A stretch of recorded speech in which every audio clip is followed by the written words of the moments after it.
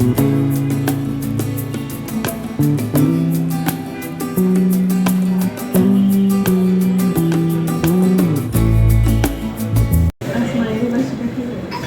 আলাইকুম।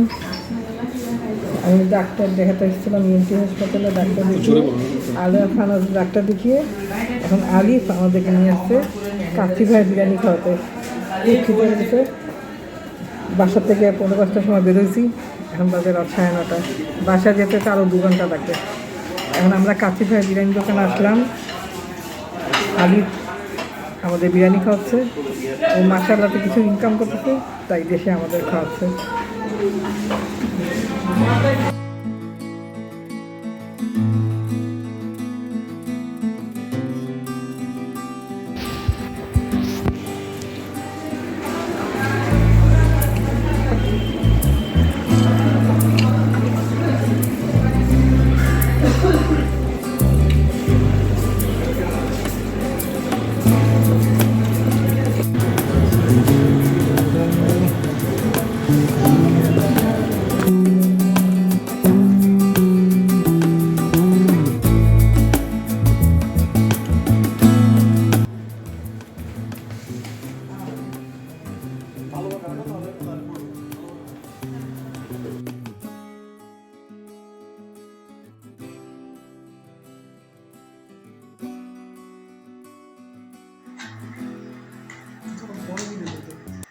আসসালামু আলাইকুম। আমি 1 কেজি গরুর মাংস রান্না করতেছি। আপনারা সবাই কেমন আছেন? আশা করতেছি ভালো আছেন। সবাই ভালো থাকেন, সুস্থ থাকেন, নিরাপদে থাকেন। গরুর মাংস ধুয়ে নিয়েছি, আমাদের দিলাম তেল, এখন দিব তেজপাতা,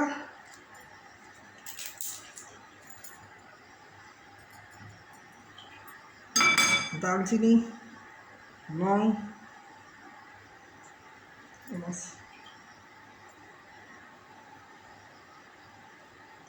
মুখটা একটু ভেঙে দেবো।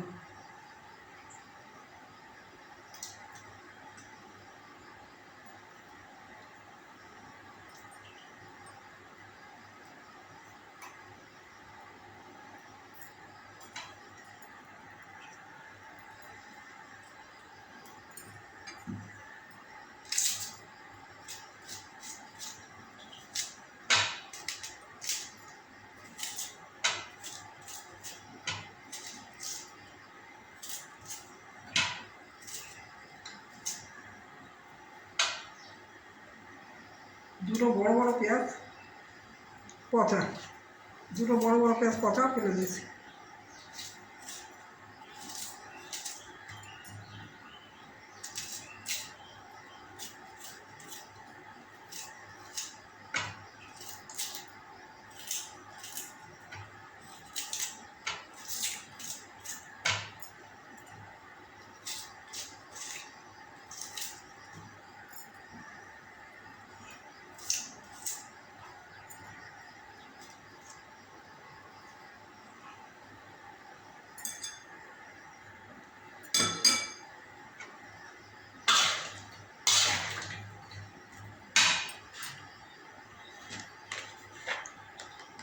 লবণ দেবো,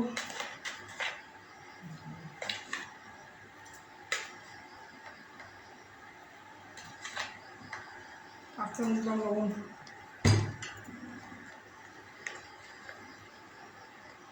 হলুদ এগুলা চামচ দিলাম,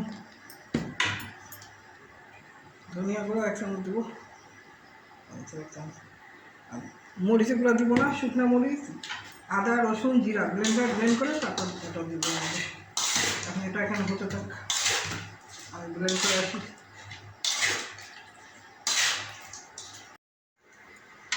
এটা একটু বাড়িয়ে দেবো, আটাতে দিয়েছি। শুকনো মরিচ, আদা রসুন জিরা ব্লেন্ড করে নিয়েছি, এখন দিয়ে দেবো। শুকনো মরিচ 10-12টা, আদা 1 টুকরা, রসুন 4-5 কোয়া, 5-6 কোয়া রসুন, আর 2 চামচ জিরা। এর মধ্যে গুঁড়া মরিচ দেবো, গুঁড়া শুকনো মরিচ, যেটা পাউডার শুকনো মরিচ দেবো না, পানিতে ধুয়ে দেবো।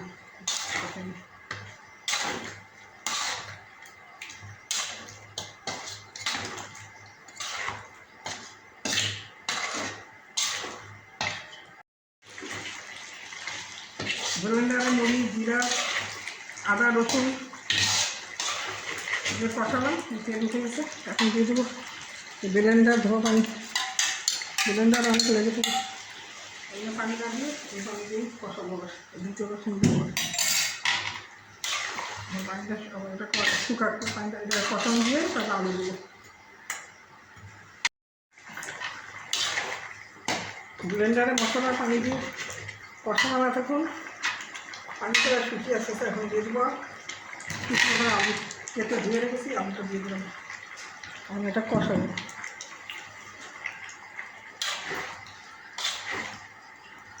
গতকালকে আমরা সুভানবাগ নদীতে উল্টা দিকে ইএনটি হাসপাতাল নামানা কমপ্লেক্স, মানে আমি ডাক্তার, আমার চিকিৎসা করেন।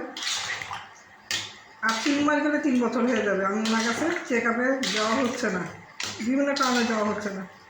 গতকালকে আমি আমার 2 ছেলে নিয়ে আমি ওনার ওখানে গেছিলাম। তো উনি আমার দেখেছে, দেখে তারপর উনি আমার কিছু টেস্ট দিয়েছেন। এই টেস্টগুলো আমি করবো, করে আবার ওনার আমি রিপোর্টটা দেখাতে যাবো। যাই হোক, যাওয়ার সময় সিএনজি যেমন ছিল না ছিল, যাই আসার সময় 23 বছরের একটা ছেলে সিএনজিওয়ালা, বয়স কম, এত ফোর্সে আমাদের সিএনজি চালাচ্ছিল, বারবার করে বলাচ্ছে তুমি সিএনজি সাবধানে চালাও।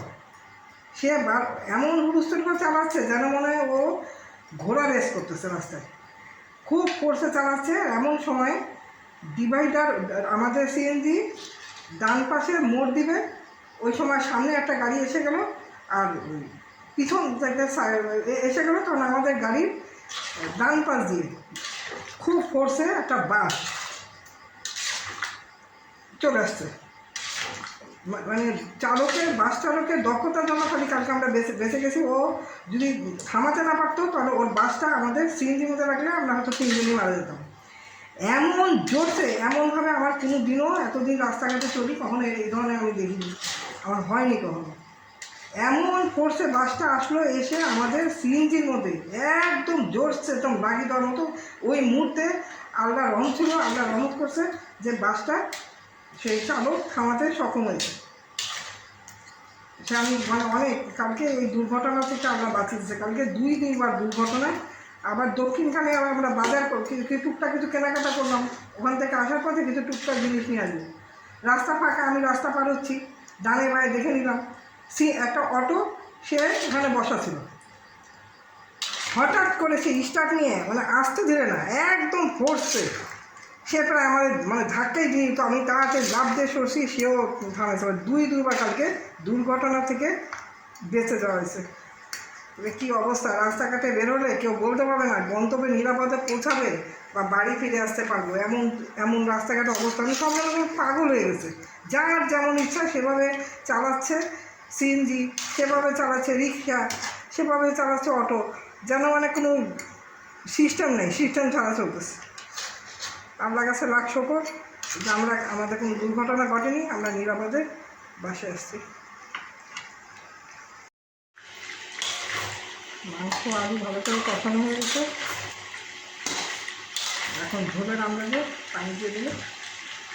শুকনো মরিচ বেটে রান্না করলে যে কোনো জিনিস খুব ভালো ঘ্রাণ আসে, আর খেতেও অনেক মজা হয়। গুঁড়া মরিচের থেকে বাটা মশলা দিয়ে মরিচের শুকনো মরিচ বেটে রান্না করলে মজা অনেক বেশি। এখন ঢাকা দিয়ে দেবো।